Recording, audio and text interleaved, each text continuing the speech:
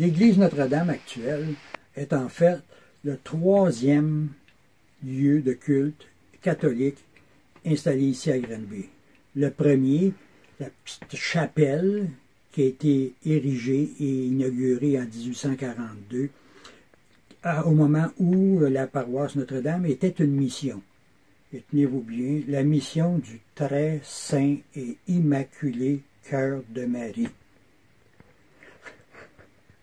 Elle sera en fonction jusqu'en 1873, au moment où la municipalité ordonnait avec empressement de la démolir parce qu'il s'était rendu un danger public.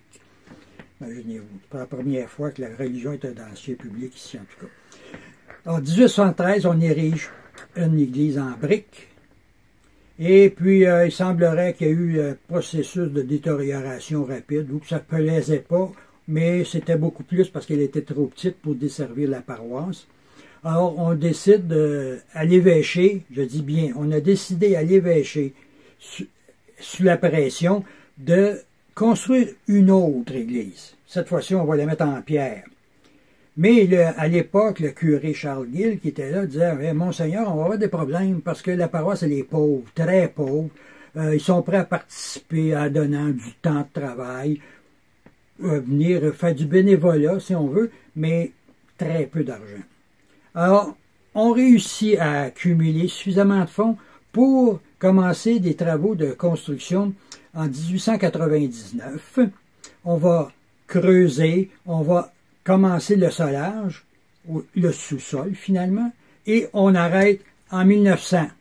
Ce qui ne fait pas l'affaire de Monseigneur à Saint-Hyacinthe et surtout au curé Charles Gill qui fait des pressions pour que les paroissiens donnent de l'argent, ça presse, parce que, dit-il, il ne faut pas cesser les travaux, parce que c'est l'occasion pour le diable de rentrer dans la bâtisse et